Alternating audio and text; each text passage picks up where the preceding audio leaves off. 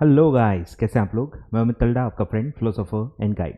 तो accident spot series में आपका स्वागत है। ठीक है, एक क्वेश्चन आता है बायबैक के ऊपर। ठीक है, उस पर एक एक्सीडेंट स्पॉट है जो मैं आपको फटाफट समझा देता हूँ।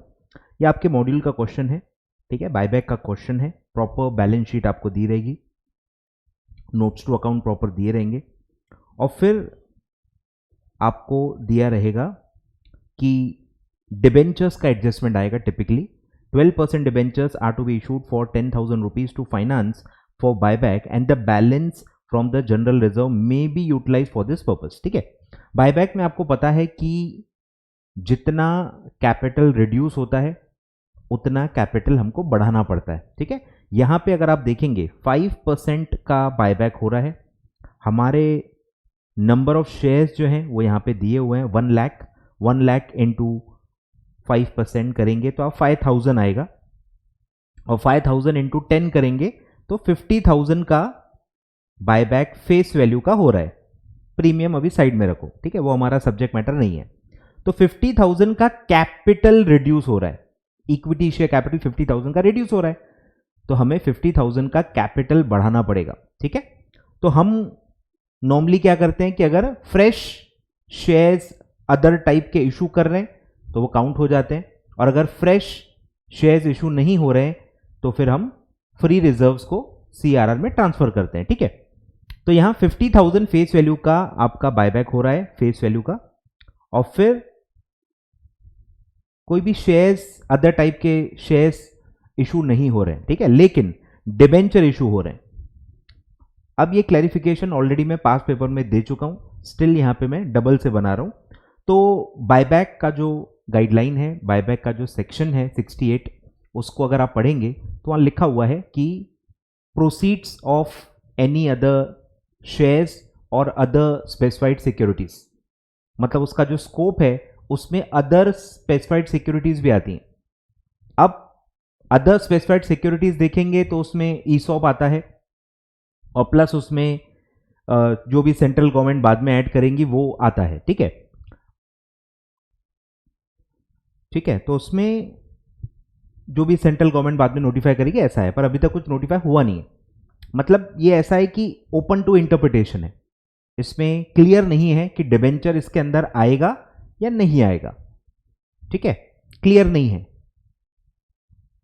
तो इसमें अभी तक मैं भी ये करता था कि मैं जिसमें भी इक्विटी का एलिमेंट है, जिसमें भी ऐसी चीज जो इक्विटी है या इक्विटी में कन्वर्ट हो सकती है, तो वो सब एक अंडरस्टैंडिंग है, इंटरप्रिटेशन है कि वो सारी चीजें आनी चाहिए। बट नॉन इक्विटी वाली चीजें भी आ सकती हैं, ये इसका मतलब ज्यादा लोग ऐसा इंटरप्रेट करते नहीं है, पर कहीं ऐसा लिखा भी नहीं है कि यही चाहेंगी और ये नहीं आएंगी। समझ में आ रहा है, मतलब एक ग्रे एरिया है।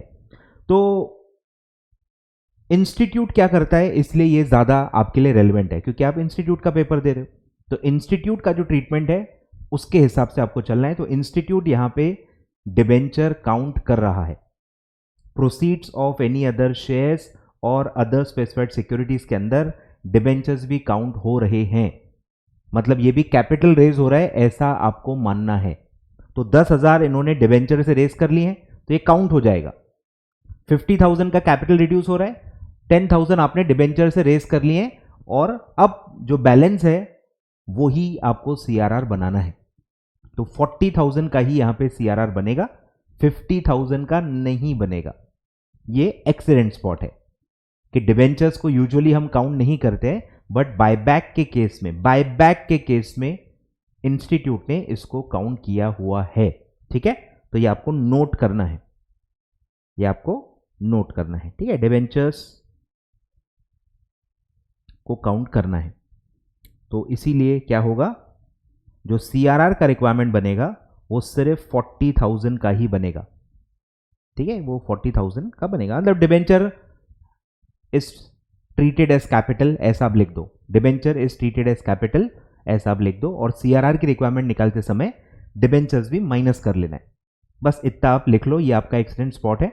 ठीक है, तो आई होप आपको समझ में आ गया होगा। ठीक है, क्योंकि सेक्शन में ही है, मैं आपको बता देता हूं, मतलब ग्रे एरिया है, इन शॉर्ट ग्रे एरिया है। प्रोसीड्स ऑफ एनी शेयर्स और अदर स्पेसिफाइड सिक्योरिटीज, और अदर स्पेसिफाइड सिक्योरिटी को आप देखोगे तो उसमें स्पेसिफिकली ईसॉप को इंक्लूड किया गया है एंड जो भी सेंट्रल गवर्नमेंट इसमें बाद में नोटिफाई करेगी ऐसा लिखा हुआ है, बट अभी तक कोई ऐसा नोटिफिकेशन आया नहीं है। ठीक है, तो इसीलिए मैं डिबेंचर अभी तक यूज नहीं करता हूं, क्योंकि डिबेंचर या डेट नेचर का कोई इंस्ट्रूमेंट इसमें आएगा ऐसा जनरल एक्सेप्टेबिलिटी इसमें नहीं थी। और इसलिए मैंने हमेशा पढ़ाते वक्त भी अपने लेक्चर वाइज को, इवन इतने सालों से मैं पढ़ा रहा हूं, डिबेंचर्स मैं नहीं लेता था, बट इंस्टीट्यूट ने लिया है, इसीलिए ये सब मैं आपको बता रहा हूं, क्योंकि आपको इंस्टीट्यूट का एग्जाम देना है, मार्क्स भी आपको इंस्टीट्यूट देगी, इंस्टीट्यूट के सजेस्टेड आंसर से आपका आंसर मैच होना जरूरी है अगर आपको मार्क्स चाहिए तो। ठीक है, तो all the best, note down कर लेना भाई, और ये गलती एग्जाम में नहीं करना। Thank you so much.